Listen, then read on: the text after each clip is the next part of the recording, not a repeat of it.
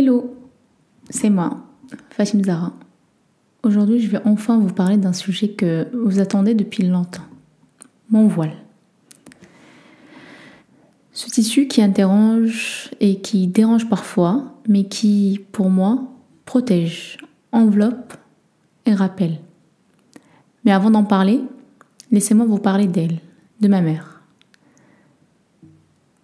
Cet être lumineux, parti trop tôt, trop jeune, en laissant derrière elle 4 filles.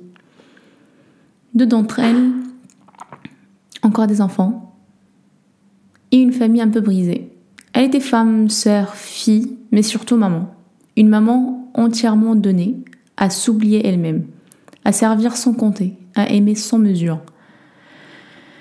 Et comme souvent dans ce monde, ceux qui donnent sans condition finissent par être déçus. Par leurs parents, par leurs frères, par leurs maris. Et pourtant, jamais, elle n'a cessé de donner. Alors moi, je ne pouvais pas. Je n'avais pas le droit de la décevoir à mon tour. On l'appelait Fatima et ses filles. Parce que avoir 4 filles, chez nous, c'était vu comme un poids, un fardeau. Mais elle en avait fait un drapeau. Elle portait cette charge comme une couronne, fière, silencieuse, inébranlable. Mais le temps, lui, n'épargne personne. Et les corps qui encaissent trop finissent par parler, par crier même. Juste au moment où j'allais enfin pouvoir être à ses côtés, lui offrir un peu de cette fierté qu'elle avait semée en moi. La maladie est arrivée. Le cancer, cette bête cruelle. Une vie de patience, de servitude pour finir jugé, condamné. Le combat a commencé, les soins, les espoirs, puis les métastases.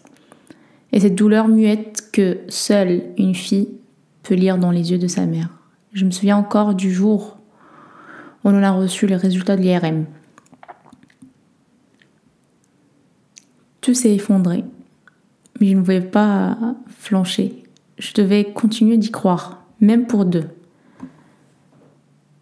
Elle s'était éteinte à petit feu, allongée, le corps affaibli, la langue nouée, l'esprit bloqué, mais le cœur encore là, encore fort. Je ne voulais pas qu'elle parte. Je la préférais ainsi entre 2 mondes que loin de moi. Mais Allah en a décidé autrement. Dans ces derniers instants, elle a demandé à voir sa famille, une dernière fois, comme si elle savait. Comme si elle voulait leur dire: regardez-moi bien, ceci est aussi votre fin un jour. Un petit rappel de la mort. Mais peu ont compris ce message. Quand tout le monde fut là, elle s'est apaisée. Et puis, quelques heures plus tard, je lui tends un peu d'eau. Elle ne l'avale pas. Je connais la réponse, mais je faisais semblant de ne pas savoir. Son âme commence à quitter son corps. Le temps ralentit, une seconde devient une éternité. Elle fixe un coin du plafond. Je lui tiens la main. Et je lui souffle. Fais confiance à Allah. Elle me regarde intensément. Un regard que je n'oublierai jamais. Un dernier adieu silencieux. Et puis, la shahada, sa main tombe et elle part. Et moi, je tombe avec elle.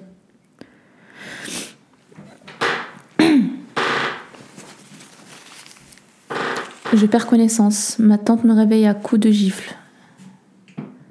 Mais mon monde, lui, reste figé. Elle n'est plus là. Je ne portais pas encore le voile, mais dans ce deuil, dans cette douleur, j'ai ressenti le besoin de me couvrir. Pas pour les autres, pas par habitude, mais comme une réaction instinctive. Une seconde peau, un refuge. Et puis une fois de retour en France, j'ai tenté de faire sans, réellement. Mais je ne me sentais jamais vraiment en sécurité, comme s'il manquait une barrière, un mur invisible entre moi et le monde. Alors j'ai compris que ce voile n'est pas un choix imposé, ni une tradition vide de sens. C'est ma force, mon concon. C'est peut-être aussi un peu d'elle encore vivant avec moi. Je ne sais pas si je le porte parce qu'elle le portait aussi, mais je sais que sans lui, je me sens vulnérable. Et avec lui, je me sens entière. Je me sens reliée à elle, à moi, à Dieu.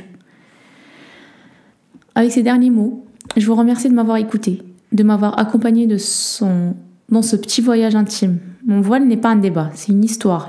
Et cette histoire, je la porte chaque jour, avec amour, avec foi. Et surtout, avec fierté. Bisous et à très bientôt.